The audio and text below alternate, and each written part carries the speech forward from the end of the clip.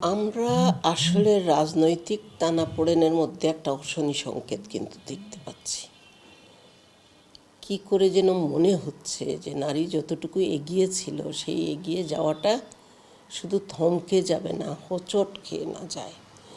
যে দলই আসুক, মতাদর্শগত ভিন্নতা থাকতে পারে, কিন্তু নারীকে নিয়ে ছোট করার তো কোনো অবকাশ নেই।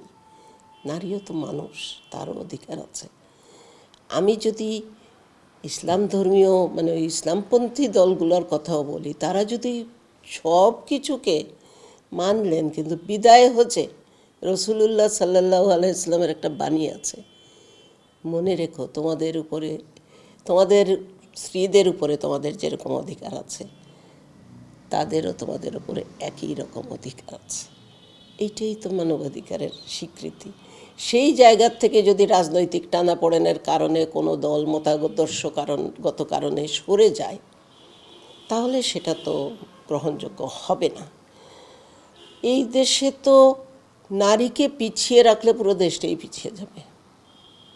আমরা তো আফগানিস্তানে দেখতে পাচ্ছি, আমরা তো দেখতে পাচ্ছি যেখানে যেখানে নারীকে পিছিয়ে রাখার প্রবণতা এসছে, সেটা আফ্রিকার দেশে হোক, যেখানেই হোক, সে দেশটা কিন্তু অনেক পিছিয়ে গেছে, বিশেষ করে সামাজিক উন্নয়নের ক্ষেত্রে। উন্নয়ন তো শুধু জিডিপি দিয়ে না, সেই জায়গা থেকে চিন্তা করতে হবে। এবং জিডিপিতে নারীর অংশীদারিত্ব তো কম না বাংলাদেশে। সেই জায়গা থেকে আমরা যদি একটু চিন্তা করি, আশা করব যে সবগুলো দল, মতাদর্শগত ভিন্নতা থাকবে, কিন্তু কোনো মানুষকে পিছিয়ে রাখার কোনো অধিকার তো কোনো দলের নেই। সে নারী হোক, প্রতিবন্ধী হোক, আদিবাসী হোক, অথবা ভিন্ন লিঙ্গের মানুষ হোক, পিছিয়ে রাখার তো কোনো অধিকার কারো নেই। আরেকটি বিষয় এখানে যে সংস্কার যেটা বলা হয়েছিল, তার মধ্যে কিন্তু যেগুলো এসছিল সেগুলো ওনারা যদি মন প্রাণ দিয়ে অনুসরণ করেন, যে সবার জন্য সমান এই রাষ্ট্র, তাহলে তো এরকম হওয়ার উচিত না যে নারীকে জোর করে পিছিয়ে রাখা হবে। সেখানে শুধু জিডিপি না, সব দিক থেকে দেশটা পিছিয়ে যাবে। এবং আন্তর্জাতিক যাই বলি না কেন আমরা, বিদেশি শাসক, শোষণ ইত্যাদি আমরা অস্বীকার করব, কিন্তু আন্তর্জাতিক মানদণ্ডেও তো বাংলাদেশের অবস্থানটা কিন্তু দুর্বল হয়ে যাবে নারীকে যদি পিছিয়ে রাখা হয়। পিছিয়ে থাকা একটা জিনিস আর পিছিয়ে রাখা একটা জিনিস।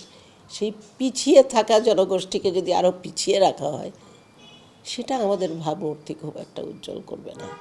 বর্তমানে আর্থসামাজিক অবস্থা তো শুধু বিবেচ্য না, এখানে রাজনৈতিক পরিবেশ পরিস্থিতিও বিবেচ্য।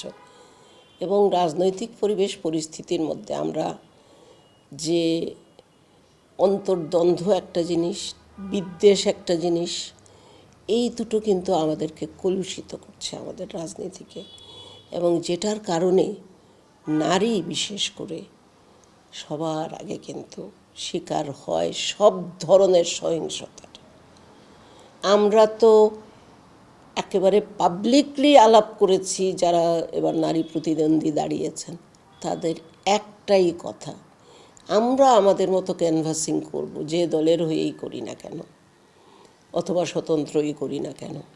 কিন্তু ঘরে ফিরে যখন দেখি আমার ক্যারেক্টার অ্যাসাসিনেশন হয়ে গেছে সাইবার বুলিংয়ের মাধ্যমে, আমার ছেলেটা যখন দেখায় যে মা তোমার নামে কি বেরিয়েছে দেখো, এই জায়গার থেকে যদি আমরা মুক্তি দিতে না পারি আমাদের নারীদেরকে, সবচেয়ে বড় সহিংসতার শিকার হচ্ছে নারী, সেটার থেকে যদি মুক্তি দিতে না পারি, কোনো দলই কিন্তু যত আদর্শগত উচ্চতা থাকুক, কোনো দলই কিন্তু নারীর কাছে ওইভাবে গ্রহণযোগ্য হবে না।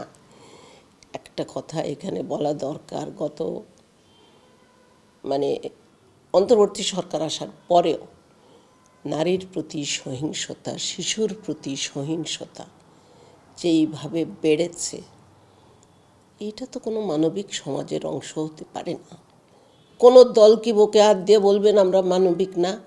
যদি তারা মানবিক হয়ে থাকেন, তাইলে এই সহিংসতার বিরুদ্ধে তাদের অবস্থান দিতে হবে, নারীর সমান মর্যাদার পাশে দাঁড়াতে হবে তাদের। তাহলে রাজনৈতিক মতাদর্শকে তাদের আমরা স্যালুট দেব যদি সব মানুষের সমান অধিকার তারা নিশ্চিত করতে পারেন।